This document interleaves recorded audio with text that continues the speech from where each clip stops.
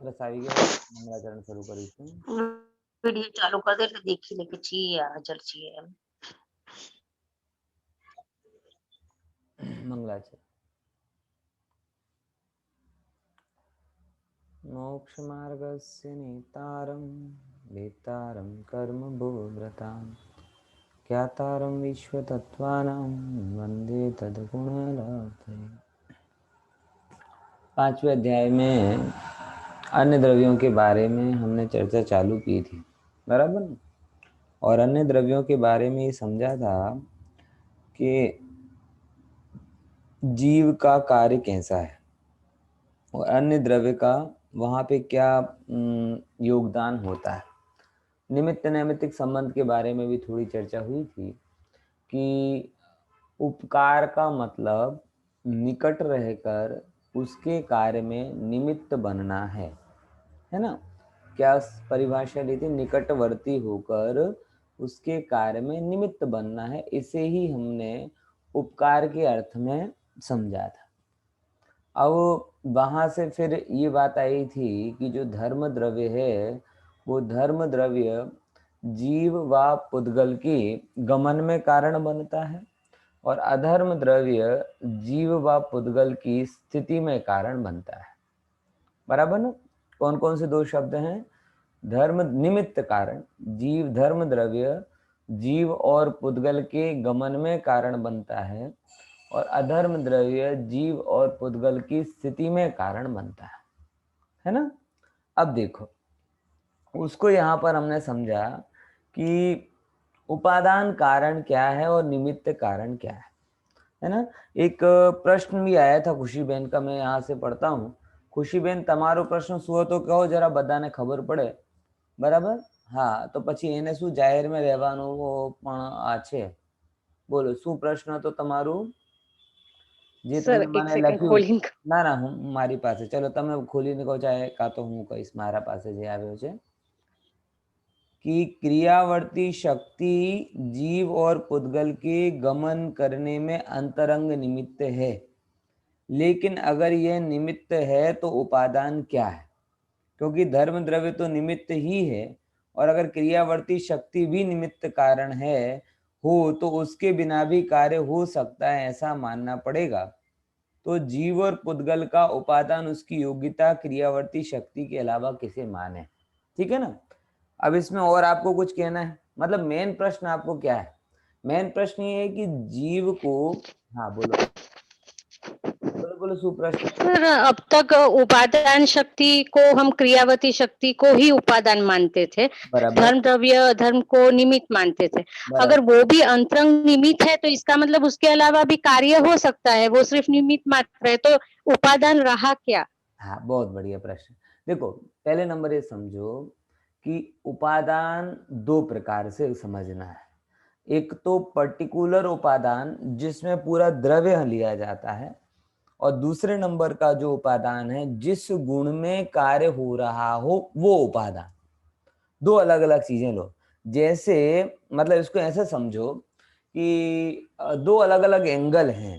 एक एंगल में जब अन्य द्रव्यों से अपने आप को भिन्न बताना हो, बराबर ना? अन्य द्रव्यों से अपने आप को भिन्न बताना हो तो जो कुछ भी हमारा है वो सब हम हैं और वो उपादान और बाकी सब भिन्न. इसके लिए मैं कई बार एग्जांपल वही देता हूँ कि जैसे आप कभी जब टूर में जाते हो तो टूर में जाने पर सबसे पहला आपका टारगेट क्या होता है कि भाई आपके घर के 4 बैग जो हो ना, अगर 50 बैग रखे हुए हो तो फिर आपके 4 बैग, हमारे बैग ले लो, हमारा सामान आ गया, हमारे बैग ले लो, हमारे कपड़े उतर गए, वो आ गए. बोलते कि नहीं बोलते? तो एक एंगल से जब हम क्या कर रहे हैं कि जो 4 के 4 बैग हैं, उन 4 के 4 बैग के जितने सामान है वो सब किसका है? हमारा. वो उपादान हो गया और बाकी सब भिन्न है, वो सब हमारे लिए क्या हो गया? परद्रव्य हो गए. लेकिन जैसे ही वो सामान लेकर हम कमरे में पहुंचते हैं तो क्या करते हैं? बहन जी के कपड़े श्रीमान जी के कपड़े श्रीमती जी नहीं पहनती और श्रीमती जी के कपड़े श्रीमान जी नहीं पहनते. अरे कपड़े तो बाहर तो आप ये कह रहे थे कि हमारे कपड़े हैं, हमारे कपड़े हैं, लेकिन अंदर आके बदल गया क्या? बैग बदला? बोले बैग नहीं बदला, नजरिया बदला. पहले बाहर से भिन्न करने के लिए हमने हमारे बैगों को हमारा कहा था, फिर जब जैसे ही हम अंदर कमरे में आए तब हमने देखा कि नहीं, हमारा तो है लेकिन हमारे भी लिए भी जो कार्य भूत हो वो ही हमारे हैं, बाकी भिन्न। बराबर, जैसे हमारी शर्ट ही मेरी है, साड़ी मेरी नहीं हो सकती, पेंट ही मेरा है, वो क्या कहते हैं बहनों का जो भी हो वो हमारा नहीं हो सकता। ख्याल में आया? तो हमने क्या किया कि जिसे हमने एक कहा था उसमें भी भेद किए, भेद किए ना। तो वैसे ही यहां पर है कि उपादान और निमित्त को दो प्रकार से समझना, इसे मैंने कल हाईलाइट किया था। कौन सा? उपादान और निमित्त को दो प्रकार से समझना, एक द्रव्य अपेक्षा से उपादान और एक पर्याय अपेक्षा से उपादान। कौन कौन सी दो अपेक्षा हुई? बोलो बोलो। द्रव्य अपेक्षा और द्रव्य पर्याय अपेक्षा और पर्याय अपेक्षा। क्लियर? द्रव्य अपेक्षा से उपादान और पर्याय अपेक्षा से उपादान। अब देखो, जब हम द्रव्य अपेक्षा से उपादान समझते हैं तो कौन उपादान है और कौन निमित्त है? बोले जिस द्रव्य में कार्य हो रहा हो वो उपादान। फॉर एग्जाम्पल गमन करने का कार्य जिस द्रव्य में हो रहा हो वो द्रव्य उपादान और धर्म द्रव्य निमित्त। बराबर। अभी हमने क्या किया? बैगेज कलेक्शन किया। अभी हमने क्या किया? अपना बैगेज कलेक्शन किया। अब हम बैग लेकर कमरे में पहुंच गए, अब हमने उन बैगों को खोला, अब उसकी चीजों में से भी सिलेक्शन किया। क्या किया? सिलेक्शन किया, स्पेसिफिक गए। हमने गौर से देखा कि भी द्रव्य में तो कार्य हमने दूसरों के एंगल से कहा, लेकिन कार्य तो एक द्रव्य में हो रहा है कि द्रव्य के एक गुण की एक पर्याय में हो रहा है। अभी हम क्या कर रहे थे? जब सबसे भिन्न कर दिया था, बराबर, अभी हमने क्या किया था? सबसे भिन्न किया था। फिर इसीलिए एक पूरा जो भी बैग मेरा था वो सब मेरा भी बैग मेरा है, मेरी पत्नी का बैग भी मेरा है, मेरे बच्चों के बैग भी मेरे, सब क्या थे? अन्य से भिन्न कर करके हमने पहले अपने बैगों का सिलेक्शन कर लिया था, वो हुआ द्रव्य अपेक्षा उपादान।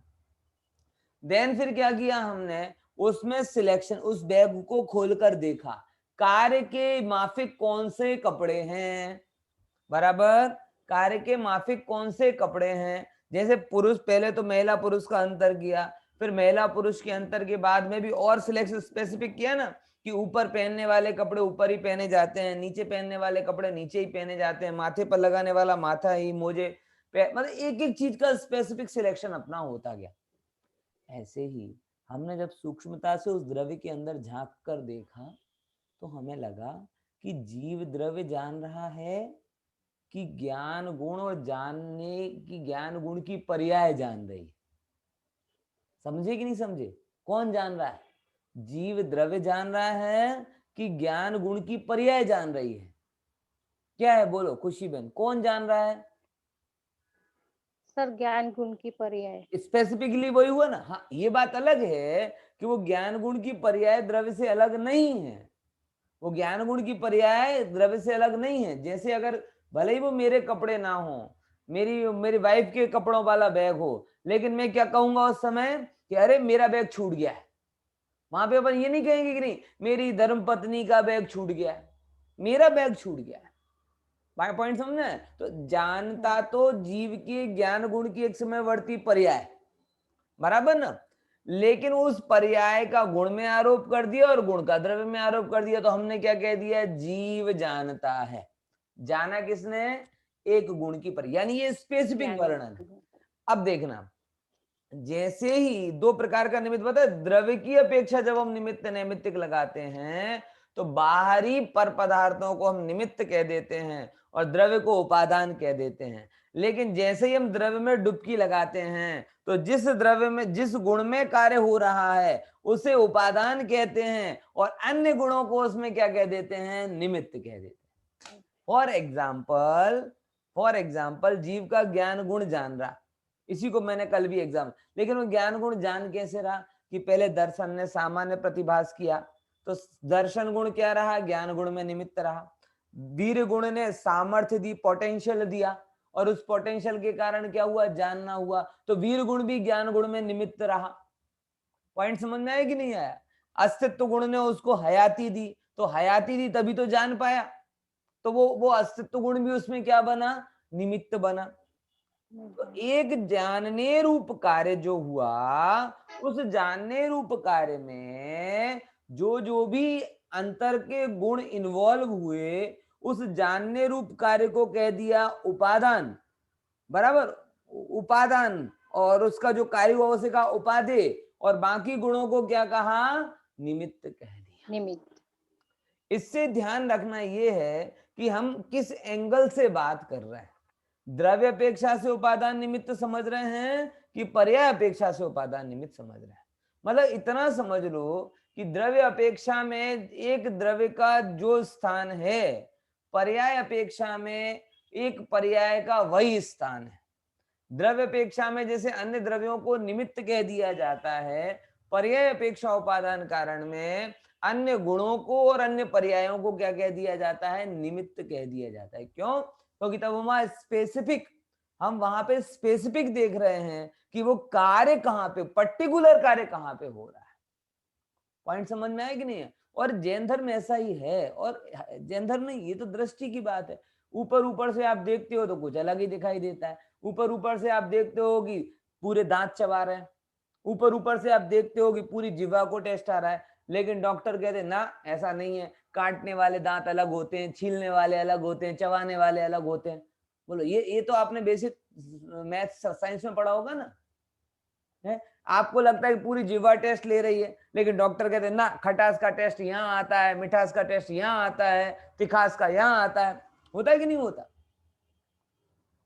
पॉइंट समझ आ रहा है कि नहीं आ रहा? तो ऊपर ऊपर से जब आप देखते हो तो व्यवस्था सुपरफिशियल दिखाई देती है, लेकिन गहराई से उतरते हो तो व्यवस्था अलग दिखाई देती है। ऐसे ही जब हमने द्रव्य द्रव्य का उपादान कारण समझा, तब वो व्यवस्था थोड़ी स्थूल सी थी कि जो जो द्रव्य का है वो सब, लेकिन जब हमने देखा द्रव्य के अंदर तो जोरदार फैक्ट्री लगी हुई है, और हर गुण से अपना अपना प्रोडक्शन निकल रहा है, और एक एक प्रोडक्शन अन्य अन्य से स्वतंत्र है। पॉइंट समझ में आ रहा कि नहीं आ रहा? तो हमने उसको उपादान कह दिया, और बाकी उसमें जो सहायक हुए उनको निमित्त कह दिया। बराबर ख्याल में? अब देखो इसको थोड़ा और समझते हैं। गमन सर होना, थैंक यू। हाँ, अभी इसमें आपका तो ज्ञान का उपादान हुआ। अभी क्रियावर्ती शक्ति और देखना ना, क्रियावर्ती शक्ति को निमित्त कहा ना, तो देखो वो जीव और पुद्गल, अब जीव गमन कर रहा है। अब मैं आपसे पूछूं कि जीव का ज्ञान गुण गमन कर रहा है कि दर्शन गुण गमन कर रहा है कि चरित्र गुण गमन कर रहा है, कौन गमन कर रहा है? आपने जल्दी थैंक यू बोल दिया खुशी बहन। सर पूरा जीव द्रव्य ही गमन करेगा ना, हाँ, गुण अलग अब अलग थोड़ी अंतर हो गया गमन। ना, एक दृष्टांत में अंतर हो गया ना, कि अभी हमने एक कार्य को, एक गुण के कार्य में दूसरे गुण को निमित्त कहा था, लेकिन इसमें व्यवस्था थोड़ी अलग है। इसमें पूरे द्रव्य के कार्य में एक गुण को निमित्त कहा जा रहा है। Got it? मतलब ये ऐसा हो सकता है पूरा द्रव्य निमित्त है और एक गुण कार्य है, और पूरा द्रव्य कार्य और एक गुण निमित्त है। ये दोनों इक्वेशन बन सकती है। पॉइंट समझ में आ रहा कि नहीं आ रहा? समझे कि नहीं समझे? जैसे मैंने अभी ज्ञान में बोला था, ज्ञान में क्या बोला था कि अन्य गुण और बहुत सारे गुण, अस्तित्व गुण भी लगा हुआ है उसमें, वस्तुत्व गुण भी लगा हुआ है, द्रव्यत्व से पर्याय पलट रही है, वस्तु से अपना प्रयोजनभूत कार्य हो रहा है, मतलब सारे अपन इन शॉर्ट ये कह सकते हैं एक जानने रूप कार्य में सारे द्रव्य के जितने भी गुण हैं वो निमित्त बन रहे कि नहीं बन रहे? क्लियर हो गया? अब ये इसमें उल्टा सीन है। क्रियावर्ती शक्ति में क्या है? उल्टा सीन है। उल्टा सीन इन द सेंस कि पूरा द्रव्य गमन कर रहा है, अकेला जीव ही गमन नहीं कर रहा, अकेला ज्ञान ही गमन नहीं कर रहा, अकेला दर्शन भी गमन नहीं कर रहा। ज्ञान, दर्शन, सुख, विद, चरित्र, अस्तित्व, वस्तुत्व, और पुद्गल में जाओ तो स्पर्श, रस, गंध, पूरी यूनिट गमन कर रही है। और पूरी यूनिट को गमन करना, सारे गुणों में एक कार्य हो रहा है, और उन सारे गुणों के कार्य में निमित्त कारण कौन है? किसके कारण से गमन कर रहे हैं? बोले क्रियावर्ती शक्ति ऐसी है कि जो सबके क्षेत्रांतर रूप कार्य में निमित्त बनती है। बराबर? तो वहां उपादान द्रव्य है, द्रव्य ही उपादान है, लेकिन वो क्रियावर्ती शक्ति उपादान का एक गुण है और वो गुण उस पूरी में निमित्त बनता है। बिल्कुल वैसे ही जैसे पेट्रोल है ना, पेट्रोल वो गाड़ी के चलाने में निमित्त बनता है, वो स्वयं भी चलता है। आ रही ना बात समझ में?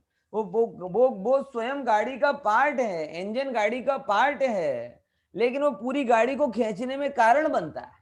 ऐसे क्रियावर्ती शक्ति जीव का एक पार्ट है, पुद्गल का एक पार्ट है, लेकिन निमित्त अंश होने पर भी वो समग्र द्रव्य के क्षेत्रांतर होने में निमित्त कारण बनती है।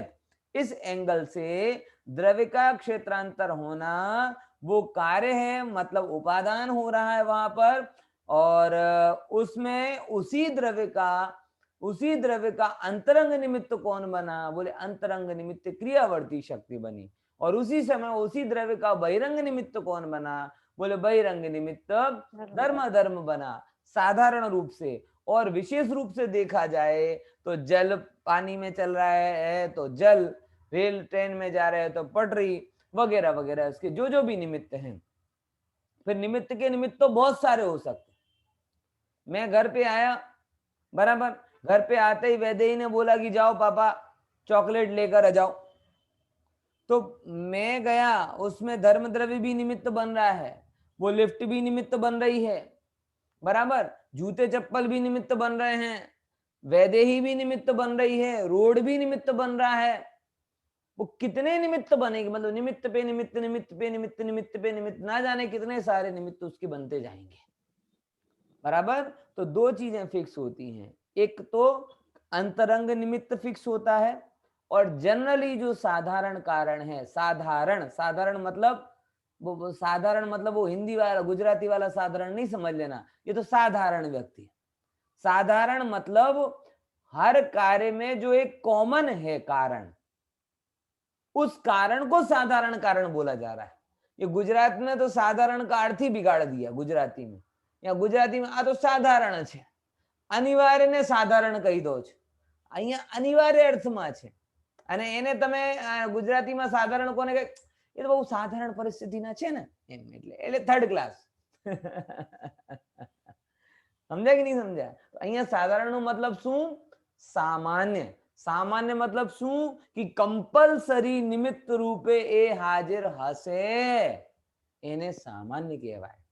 અને ક્યારે હોય ક્યારે ના હોય એને કહેવાય વિશેષ। ખ્યાલમાં આવે છે કે નહીં? આવી રીતે, બરાબર। હવે ખબર પડી પ્રોપર? હવે કહો thank you. Sir thank you sir. એક જ એમાં એક જ પ્રશ્ન કે તો પછી ક્રિયાવતી શક્તિને એક અપેક્ષાથી ઉપાદાન ને બીજી અપેક્ષાથી નિમિત્ત કહેવામાં આવશે। જ્યારે આપણે દ્રવ્ય અપેક્ષા કહીએ ત્યારે આપણે પાર્ટ નથી કરતા।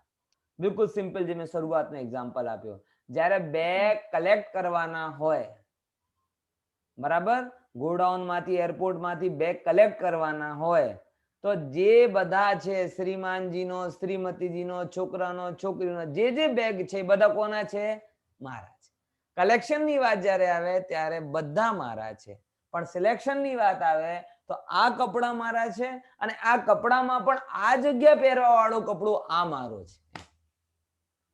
પોઈન્ટ ખ્યાલમાં આવે? પછી સ્પેસિફિક જવાનું, બરાબર। તો જ્યારે દ્રવ્યની વાત ચાલતી હોય ત્યારે જે દ્રવ્યનો છે બધું ઉપાદાન, લેકિન જ્યારે અંદર પર્ટિક્યુલર કાર્યની વાત એટલે પર્યાયની વાત ચાલતી હોય તો જ્યાં કાર્ય થઈ રહ્યો છે એ ગુણ એ કહેવાશે ઉપાદાન કારણ, અને એના સપોર્ટિંગ જેટલા અન્ય ગુણો છે, અન્ય પર્યાયો છે, એ બધું શું કહેવાશે? નિમિત્ત કહેવાય। આવી રીતે અંતરંગ નિમિત્ત નૈમિત્તિક અને બહિરંગ નિમિત્ત નૈમિત્તિક બંને આપણે સમજવું જોઈએ। સારું સર, બહુ ક્લિયર થઈ ગયું, બહુ ટેકનિકલ। પ્રશ્ન પણ અગત્યનું હતું, એટલા માટે મેં કીધું કે આ જાહેરમાં સમાધાન થોડું કરીશું તો બધાને થોડુંક એને લાભ થશે। સારું પ્રશ્ન કર્યો એ તો બધાને થોડું ક્લિયરિટી થઈ। ક્લિયર? ચલો આપણે આગળ લઈએ। હવે વાત આવે છે અધર્મ દ્રવ્યની। અધર્મ દ્રવ્યની તો શું કે અધર્મ? गति पूर्वक स्थिति रूप परिणमी द्रव्यों की स्थिति में सहायक होता है। क्या शब्द बोला? जे द्रव्य गति पूर्वक स्थिति रूप परिणमित होते हैं। क्लियर? गमन हो तभी स्थिति स्थिति कही जाएगी, गमन के बिना स्थिति स्थिति नहीं कही जाती। Got it? तो यानी जिनमें क्रियावर्ती शक्ति के माध्यम से गमन हो रहा है, ऐसे धर्म और अधर्म द्रव्यों में ही स्थिति रूप कार्य होता है, अन्य में स्थिति रूप कार्य होता नहीं है। आकाश में स्थिति नहीं, आकाश अनंत काल से स्थित है, लेकिन उसकी स्थिति में अधर्म द्रव्य कारण नहीं है, ध्यान रखना। काल द्रव्य अनंत काल से स्थित है, लेकिन उसकी स्थिति में अधर्म द्रव्य कारण नहीं है। क्यों? वो तो रुका हुआ है ना, है? नहीं, वो रुका हुआ है, इसीलिए उसकी स्थिति स्थिति नाम से नहीं कही जाएगी, क्योंकि हमने स्थिति की परिभाषा ही दी है, गमन पूर्वक स्थिति। वो तो उसकी अवस्था है, अवगाहना है, उसमें अधर्म द्रव्य कारण नहीं है। अधर्म द्रव्य तो मतलब गाड़ी चल रही हो तो ब्रेक लगाएगा ना, गाड़ी चली ना हो तो ब्रेक क्या करेगा? पॉइंट समझ आ रहा कि नहीं यार? यानी ब्रेक लगाने का काम एक्सीलरेटर के सापेक्ष है, एक्सीलरेटर ना हो तो ब्रेक का कोई कार्य रहता नहीं है। ऐसे ही गमन पूर्वक जो रुकाव होता है उसे ही हमने स्थिति कहा है। गमन ना हो तो ऐसे आकाश द्रव्य को, ऐसे काल द्रव्य की जो स्थिति होती है उसे हमने स्थिति नहीं कहा है। ख्याल में आया कि नहीं आया? तो वही बात यहाँ पे थोड़ी समझा रहे हैं। आ रही है? समझ में आ रही भी है सबको बात ये वाली? देखो इसको थोड़ा और अपन इसमें से पढ़ लेते हैं। यहां से देखो, गति पूर्वक स्थित रूप परिणमे द्रव्यों की स्थिति में सहायक होता है, स्थित द्रव्यों की स्थिति में नहीं। देखो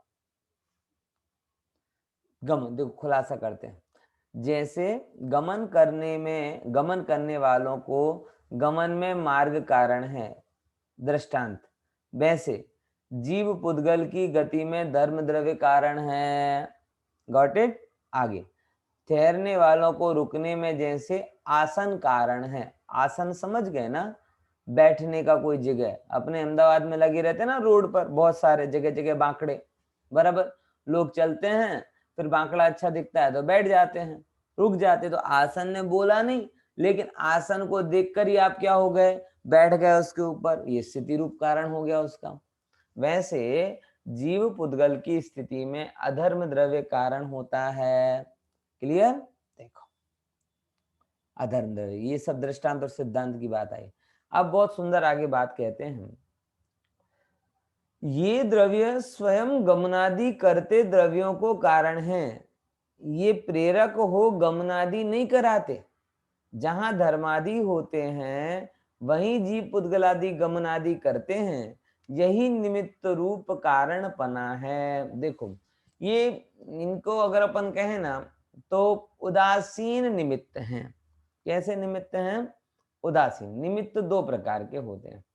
एक तो प्रेरक निमित्त होता है जो प्रेरणा देता है, जैसे अपन शिखर जी जाएं, बराबर, और शिखर जी जाने पर अपन एक दूसरे के प्रेरक निमित्त नहीं बन जाते। कोई बैठ गया और शिखर जी गिरनार जी में तो अपन कहते अरे अरे बस बस चलो आई गया, ले आगे गणधर भगवान की टोंक आ गई, अब पांचनाथ भगवान की टोंक आने वाली, अब इनकी बात आ रही है। तो जब हम ऐसा करते हैं तो हम क्या करते हैं? एक दूसरे को इंस्पायर कर रहे हैं, प्रेरित कर रहे हैं कि तुम चलो। लेकिन धर्म द्रव्य को कोई इंटरेस्ट नहीं है तुम्हें चलाना है अपना, वो के मार्च एंडिंग का या मंथ एंडिंग का कोई टारगेट हो उसके लिए कि नहीं भैया इतने टाइम तो इतने लोगों को चलाना ही चलाना है। तो कोई बैठा हो तो बोले अरे तुम बैठे हो, पूरी दुनिया चल रही, तुम क्या बैठे हो? समझ में? लॉकडाउन पे सड़कें सुनसान थी तो कम लोगों के गमन में हेतु तो बनता था, तो धर्म द्रव्य छुट्टी मनाने नहीं चला गया। और अगर अभी जाके 7-8 बजे आप सड़कों पर जाके देखो तो छह पौ कितने सारे द्रव्य चल रहे हैं, तो उसके लिए ओवरलोड नहीं हो रहा। वो 7 बजे पीक पर ट्रैफिक हो तो उसको चलाने में निमित्त बन जाता है, और रात को 3 बजे बिल्कुल सुनसान सड़कें हो जाती हैं तो भी उसे कोई फर्क नहीं पड़ता। वो किसी को उठाता नहीं है, किसी को चलाता नहीं है, किसी को रुकता नहीं है, कुछ भी प्रेरणा नहीं करता। हाँ, तुम्हें चलना हो तो हाजिर है, नहीं चलना तो हरी हरी। ख्याल में आया कि नहीं आया? जिसको चलना हो तो निमित्त बन जाता है, नहीं चलना हो तो शांति से पड़ा हुआ रहता है। तीर्थंकर भगवान भी वह ऐसे ही निमित्त होते हैं। कई लोग भक्ति के आवेग में तीर्थंकर भगवान को प्रेरक निमित्त जैसा बोल देते हैं। प्रेरक निमित्त मतलब हाथ पकड़ पकड़ के पार लगाएंगे तुम्हें, उन्हें कोई इंटरेस्ट नहीं है तुम्हें पार लगाने में। हाँ, अगर तुम्हें स्वयं पार लगना है तो वो हाजिर हैं, लेकिन बाकी उनको कोई इंटरेस्ट नहीं है तुम्हें पार लगाने में, है ना। लेकिन क्या कहें कि तीर्थंकर के नाम पर ऐसी सब बातें चलती हैं, तो तीर्थंकर को निमित्त को हम कई मामले में क्या मान लेते हैं, प्रेरक को, उदासीन को मान लेते हैं। लेकिन एक और बात आपको बताऊं, एक जगह तो शास्त्र में लिखा है, शायद आत्म इसमें लिखा है, पुरुषार्थ सिद्धि उपाय में लिखा है कि सारे ही निमित्त, उदासीन तो उदासीन है ही, प्रेरक निमित्त भी एक एंगल से उदासीन के जैसा ही है। क्या बोला और क्या मतलब रहा है इसका, जरा बताओ तो। है कि प्रेरक तो उदासीन निमित्त है ही, लेकिन जिसे जगत में प्रेरक कहा जाता है वो प्रेरक भी एक एंगल से उदासीन जैसा ही है। क्यों भाई, ऐसा क्यों बोला है, बोलो बताओ। क्योंकि कार्य तो उपादान के कारण ही होने वाला है। हाँ, देखो समझना, इसको थोड़ा समझना। उदासीन तो उदासीन है, लेकिन प्रेरक भी एक एंगल से उदासीन है। कारण सारे निमित्त उदासीन है। गते धर्मास्ति कायवत, ऐसा लिखा है शायद, पुरुषार्थ उपाय की गाथा है, एग्जैक्टली नहीं लेकिन वहीं की। कारण क्या है, देखो जैसे उदासीन निमित्त कोई प्रेरणा नहीं करता और प्रेरणा नहीं करते हुए भी कार्य में उपस्थित रहता है, लेकिन कार्य रूप परिणमित नहीं होता। प्रेरक निमित्त प्रेरणा करता है, ध्यान रखना, क्या करता है, प्रेरणा करता है, लेकिन प्रेरणा करने पर भी अगर उपादान तैयार ना हो तो भले ही कितनी प्रेरणा वो करे, उसकी सारी प्रेरणा व्यर्थ हो जाती। बराबर ख्याल में है? क्योंकि मात्र प्रेरणा करने से काम होता तो जो ज्ञानी जनों ने और तीर्थंकर भगवंतों ने प्रेरणा करने में कोई कसर नहीं छोड़ी। कोई छोड़ी है क्या कसर उन्होंने? उनका मैं तो कई बार कहता हूं, तीर्थंकरों ने जिस दिन तीर्थंकर प्रकृति बांधी थी ना, उस दिन प्राणी मात्र के कल्याण की निर्मल 16 कारण भावनाएं भाली थी। भावना तो उनकी तब से हो गई जब तीर्थंकर बने थे, तब नहीं, तीर्थंकर बनने से पहले ही वो ये भावना भा चुके थे कि सब जीव कल्याण को पाएं, सब जीवों का भला हो, सब जीवों का भला हो। लेकिन उन्हें भी पता है, हमें भी पता है, सबको पता है, भाई जीव भला करने के लिए तैयार हो तो भला होता है, कोई निमित्त किसी का भला कर सकता नहीं है। यही अंतर है जैन पद्धति में और अन्य दर्शनों की पद्धति। अन्य धर्म और दर्शन ऐसे मानते हैं, क्रिश्चियन भी ऐसा मानते हैं।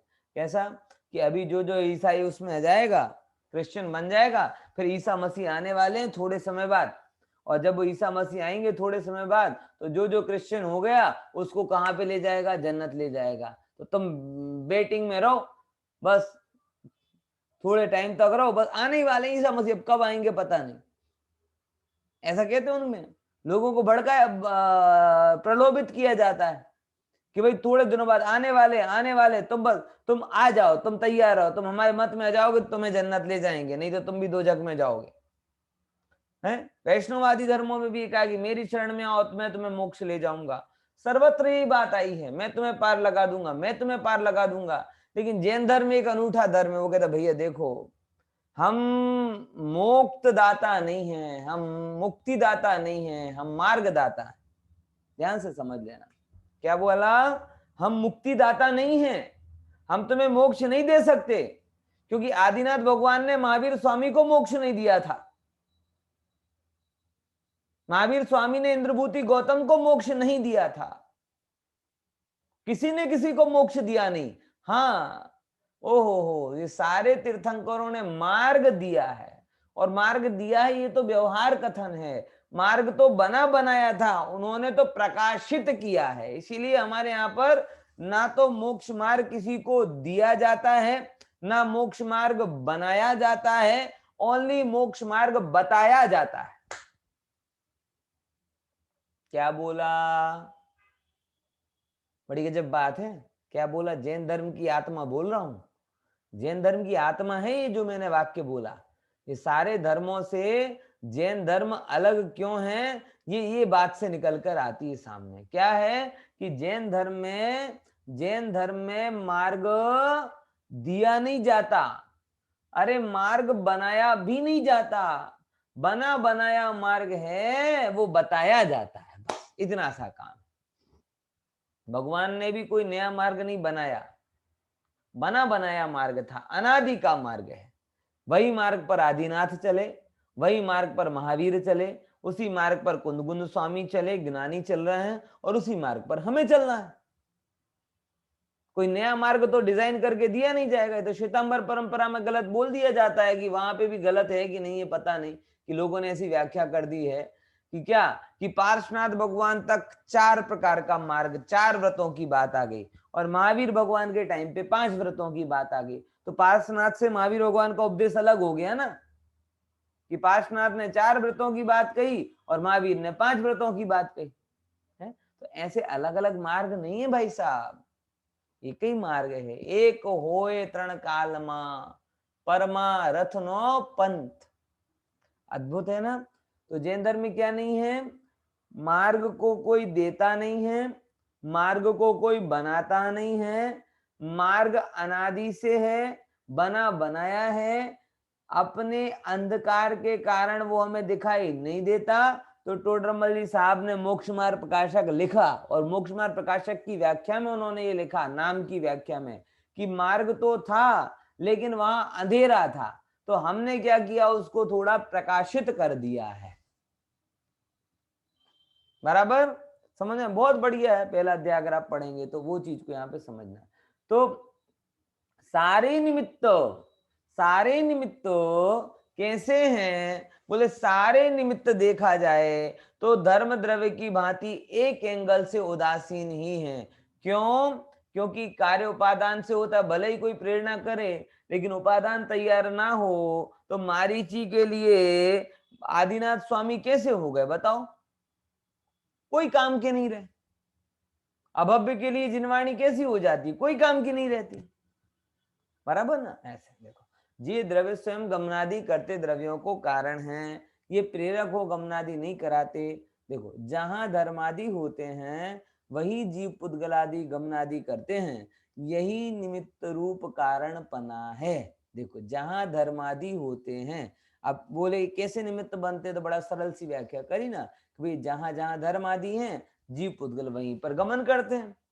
आलोक में तो जाके करेंगे नहीं, लोक में ही करेंगे। तो यही निमित्त रूप कारण पना है। यही कैसा है? निमित्त रूप कारण पना उनका है, और कोई वहां पे बात नहीं है। अब देखो, एक बहुत बढ़िया लॉजिकल प्रश्न वहां पे क्रिएट किया कि जीव पुद्गल स्वयं गति और स्थिति में समर्थ हैं, अतः धर्म और अधर्म द्रव्य से क्या प्रयोजन है? कोई ऐसा पूछे कि भाई आप कह रहे हो कि जीव पुद्गल स्वयं अपना काम कर लेते हैं, तो धर्म अधर्म को हटा दो ना, क्यों रखते हो? तो उसके लिए पहले ये समझना कि हम कोई रखने हटाने वाले नहीं। हमने किसी को रखा होता, जैसे हमने किसी काम वाले को रखा हो ना, काम पसंद नहीं आया तो हटा देते, लेकिन यहाँ पे कोई हटने और रखने की बात ही नहीं है, कोई सिलेक्शन ही नहीं है इसका। यहाँ पे तो एक्सेप्टेंस है, मानो तो ऐसा है, नहीं मानो तो ऐसा है। आज मानो, काल मानो, अनंत काल પછી मानो, वस्तुનું स्वरूप तो आवो छे। ख्याल आवे छे कि नहीं? देखो, इसीलिए इस चीज को थोड़ा विचारना कि यहाँ पर ऐसी कोई बात नहीं है, लेकिन फिर भी देखो समाधान क्या है उसको देखते हैं। जिस प्रकार सिद्ध भगवान अमूर्त, निष्क्रिय और अप्रेरक होने पर भी, कैसे शब्द बोले? अमूर्त हैं यानी दिखाई नहीं देते, निष्क्रिय हैं मतलब एक जगह से दूसरी जगह पर नहीं है। देखो, किसी को लगे अरे तुम तो भगवान को निष्क्रिय कह रहे हो, हैं, निष्क्रिय कह रहे हो। मतलब आज के समय में निष्क्रियता को तो गाली के जैसा माना जाता है और सक्रियता को उपाधि माना जाता है। मैंने आपको बोला था ना कि सक्रियता शब्द को हमने ग्लोरीफाई कर दिया और निष्क्रियता शब्द को एकदम नेगेटिव लेकर गए, लेकिन सक्रियता स्वभाव से गाली के जैसी है और निष्क्रियता स्वभाव से माला के जैसा है, क्योंकि सिद्ध भगवान परम निष्क्रिय और सारे संसारी तितर बितर हो रहे हैं, तड़फड़ा रहे हैं एक जगह से दूसरी जगह जाने के लिए। देखो, और अप्रेरक होने पर भी, ऐसे होने पर भी सविकल्प सिद्ध भक्ति युक्त ऐसे जीवों को सिद्ध गति के कारण है।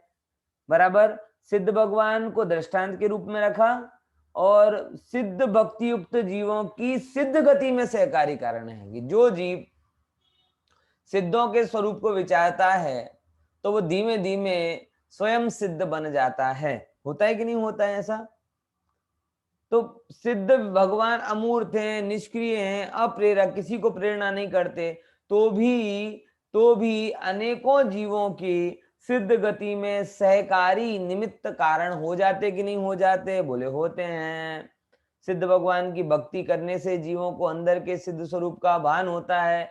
इसीलिए तो मुनिराज हर समय आहार के पहले सिद्ध भक्ति, आहार के बाद सिद्ध भक्ति, सुबह उठते से सिद्ध भक्ति, शाम को प्रतिक्रमण के समय सिद्ध भक्ति, सर्वत्र सिद्ध भक्ति करते हैं। तो उनको लाभ है तभी तो करते कि नहीं करते? पॉइंट समझ में आया?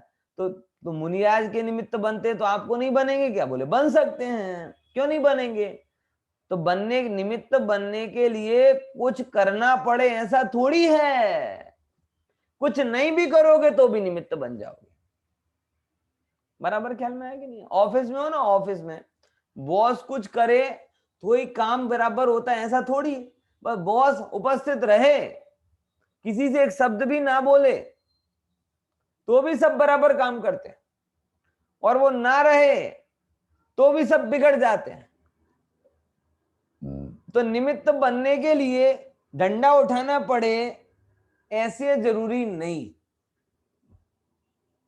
आपके होने मात्र से ही काम हो जाए। और मैं तो यहां तक कहता हूं, अगर काम होना होता है तो उपस्थिति मात्र से हो जाता है, और नहीं होता तो तुम चीख चीख के रह जाओ तो भी काम नहीं होता है। ख्याल में है कि नहीं है? अब घर में ऐसे वैदे ही हो ना, जैसे मैं घर पे आता हूँ वो सब काम अच्छे अच्छे से करने लगती है, और साक्षी कहती है कि मैं चिल्ला चिल्ला के रह जाती तो काम नहीं करती, और आप आते हो तो हो जाता। मैंने तुमने अब तुम्हारे पाप को दे, हम क्या करें?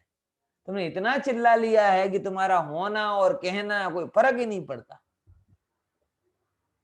समझ में आ रहा कि नहीं आ रहा? अगर काम होना होता है तो होने मात्र से हो जाता है, और नहीं होना होता है तो तुम लगे रहो लगे रहो लगे रहो तो भी काम नहीं होता। समझ में आया कि नहीं आया?